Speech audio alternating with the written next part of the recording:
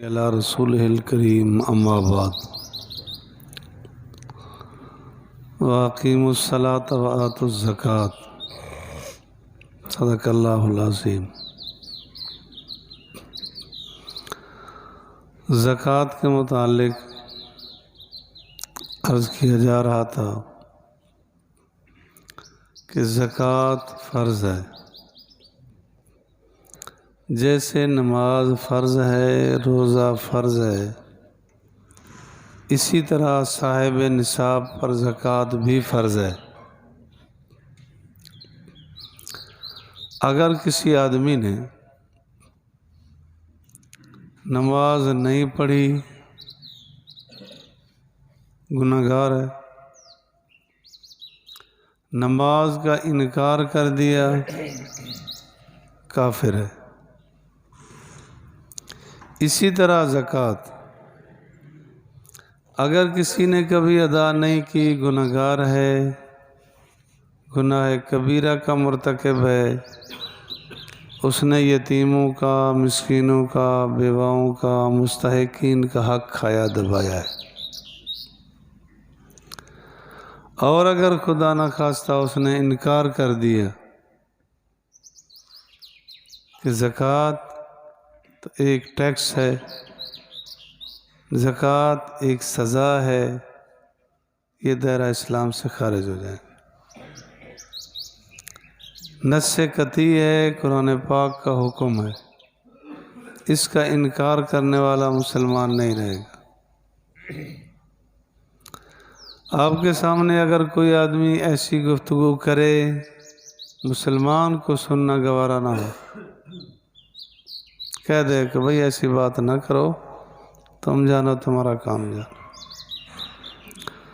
تو زکوٰۃ کا انکار کفر ہے۔ عرض کیا تھا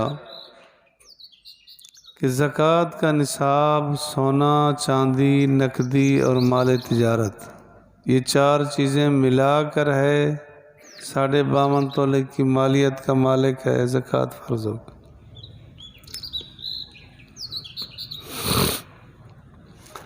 اور جب سال پورا ہو جائے گا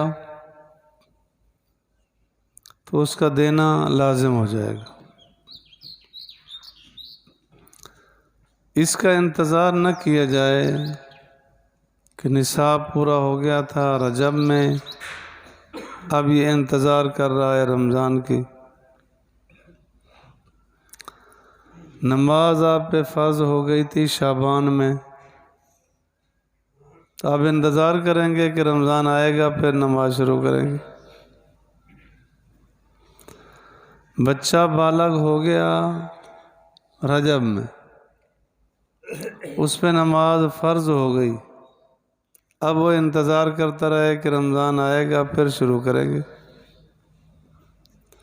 رمضان المبارک میں ثواب فضیلت اپنی جگہ، تو رمضان ہی سے اگر نصاب زکوٰۃ کی ادائیگی کا رکھنا چاہتا ہے تو رجب میں نصاب پورا ہو گیا تھا تو 2 مہینے کا اور دے دے، پھر رمضان سے ترتیب بنا لے۔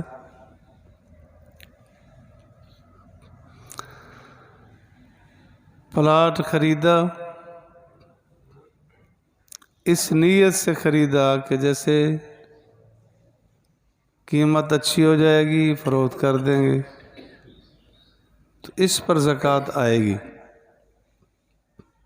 اس پر زکوٰۃ آئے گی، لیکن قیمت فروخت پر ہوگی، موجودہ ویلیو پر زکوٰۃ ادا آئے گی، یہ نہیں کہ قیمت خرید پر۔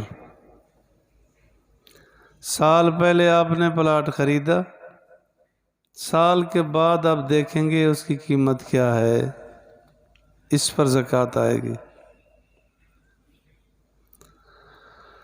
اور جو قسطوں پہ خریدتے ہیں، قسطوں پہ خریدنا تو جائز ہے، لیکن یہ قسطیں ادا کر رہے ہیں تو جب تک اس کا نام نہیں ہوتا، قبضہ نہیں ہوتا، یہ اس کا مالک نہیں بنا۔ جتنا یہ قسطیں جمع کرا چکا ہے یہ قسطیں پیسے یہ اس کی امانت ہے ان کے پاس، اس کی زکوٰۃ ادا کرے گا۔ مثلاً 10 لاکھ دینا تھا، 7-8 لاکھ جمع کرا چکا ہے، تو اب اس کی زکوٰۃ یہ دے گا، اس کی امانت اس کے پاس رکھی ہے۔ جب پلاٹ انتقال ہو جائے گا، رجسٹری ہو جائے گی، اس کا قبضہ ہو جائے گا، اب نیت کا اعتبار ہے کہ اپنا تجارت کے لیے خریدا ہے تو زکوٰۃ آئے گی، اپنے رہائش کے لیے یا دکانیں بنا کے کرائے پر دیں گے، مکان بنا کر کرائے پر دیں گے، اس پہ نہیں آئے گی، تو اس کو دیکھ لیا جائے۔ ایک آدمی نے پلاٹ خریدا اس نیت سے کہ میں تجارت کروں گا، تو اس پر زکوٰۃ آئے گی۔ اگر نیت بدل لی کہ اب اس کو نہیں بیچتے تو یہ مکان بنا لیں گے، تو اب اس کی نیت وہی چلے گی جب تک بنا نہیں لیتا، شروع نہیں کر لیتا، اس وقت تک اس پر زکوٰۃ آتی رہے گی۔ اس نے اگر خریدا تھا اس لیے کہ میں اپنے مکان بناؤں گا، کرائے پر دوں گا یا خود رہیں گے، اس پر زکوٰۃ نہیں ہے، تا وقت ہے کہ اس کو بیچ ڈالے اور کہے کہ جی ٹھیک ہے، پھر وہ قیمت جو اس نے جمع کی ہے، سال گزر گیا تو زکوٰۃ آئے گی۔ عوام میں ایک یہ ہے کہ زکوٰۃ آتی ہے اس سونے پر جو سونے کی ڈلی کی شکل میں ہو، چاندی کی ڈلی کی شکل میں ہو۔ اگر زیور بنا لیا جائے تو زکوٰۃ نہیں ہوتی، یہ غلط سوچ ہے۔ زیور کی شکل میں ہے تب بھی زکوٰۃ آئے گی، جس شکل میں بھی ہے سونا چاندی، اس پر زکوٰۃ آئے گی، زکوٰۃ دینی پڑے گی۔ کچھ لوگ زکوٰۃ میں ہیلا کرتے کہ زکوٰۃ نہ دینی پڑے، یا تو یہ کرتے ہیں کہ سال پورا ہونے سے پہلے بیوی کے پاس تھی سونا چاندی رقم تو انہوں نے شوہر کو دے دی، شوہر کے پاس تھی تو بیوی کو دے دی، پھر سال پورا ہوا ہی نہیں، زکوٰۃ کیسے ادا کریں؟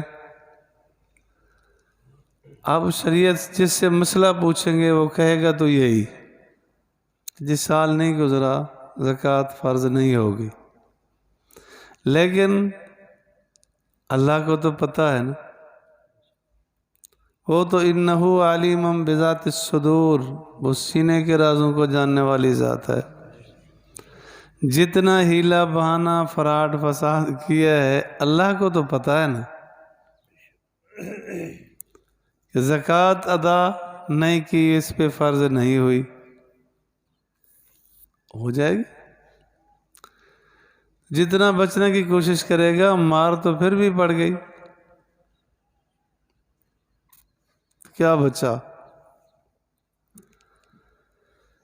قرضہ نکال کر زکوٰۃ دی جائے گی۔ مثلا ایک آدمی کے پاس 10 لاکھ ہے، لیکن اس نے 9 لاکھ روپیہ قرضہ دینا ہے، تو 9 لاکھ نکال کے بقیہ 1 لاکھ بچے گا، اس کی زکوٰۃ ادا کرے۔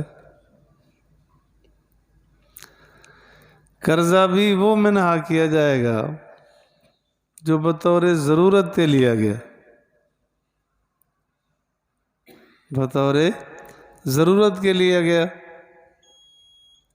اگر بطور ضرورت نہیں، محض مال بڑھانے کے لیے، وہ قرضہ منہا نہ کیا جائے گا۔ ضرورتاً پلاٹ خریدا، ٹھیک ہے، یہ قرضہ نکالا جائے، آ جائے گا اس میں۔ اور اگر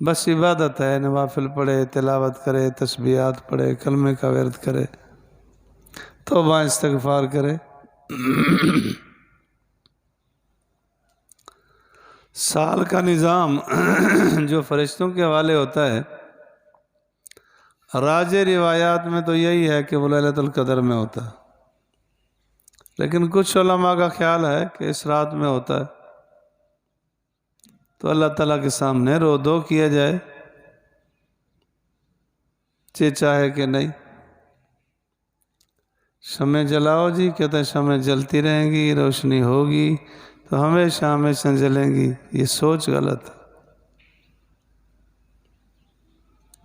عبادات سے اپنی شمع جلائی جائے، اللہ کو راضی کیا جائے، پھر تو بات بنے۔